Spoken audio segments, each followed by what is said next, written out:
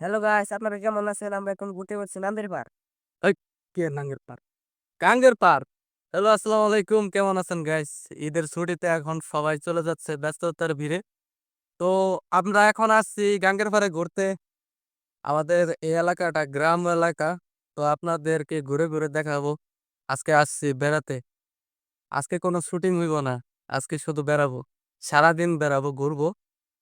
চলেন। তো নদীর পথ ধরে ধরে সামনে এগোনো যাক। এটা একটা গ্রামের নদী, শালদা নদী। এটা একটা সময় অনেক বড় ছিল, অনেক পানি হতো, অনেক মাছ থাকতো। তো এখন বর্তমান এই নদীটা একদম বিলীনের পথে।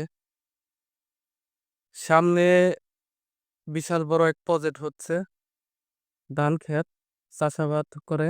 দেখেন আমাদের গ্রামের মানুষে সবজি বুনে রেখে দেয়, আর কোম্পানিতে দেখেন সবজি ক্ষেত করছে কতটা যত্ন। দেখেন গাছের গোড়ায় একটা ঘাস অথবা জঙ্গল পরিষ্কার একদম, কোনো ই নেই। সবজি, অনেক রকম সবজি হয়। দেখেন মাঠে ঘাটে লোকজন কাজ করার পরে, এটা হলো বট গাছ। এই বট গাছের নিচে এত দেখেন এই যে টোল বানায় দিছে, যেন তাদের যে কৃষক লেবার আছে তারা যেন বসে বিশ্রাম করতে পারে, রেস্ট করতে পারে। কি সুন্দর একটা ব্যবস্থা।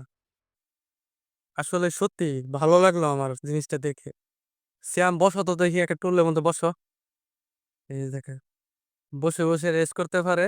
এই জায়গায় একটু চা পানের বিরত, তো একটু রেস্ট করতেও পারে। এমনকি তাদের খেতে কাজ করার সময় তারা সবকিছু এই যে এই জায়গা থেকে দেখতেও পারে। দেখেন প্রিয় দর্শক মন্ডলী, রঙিন ধান।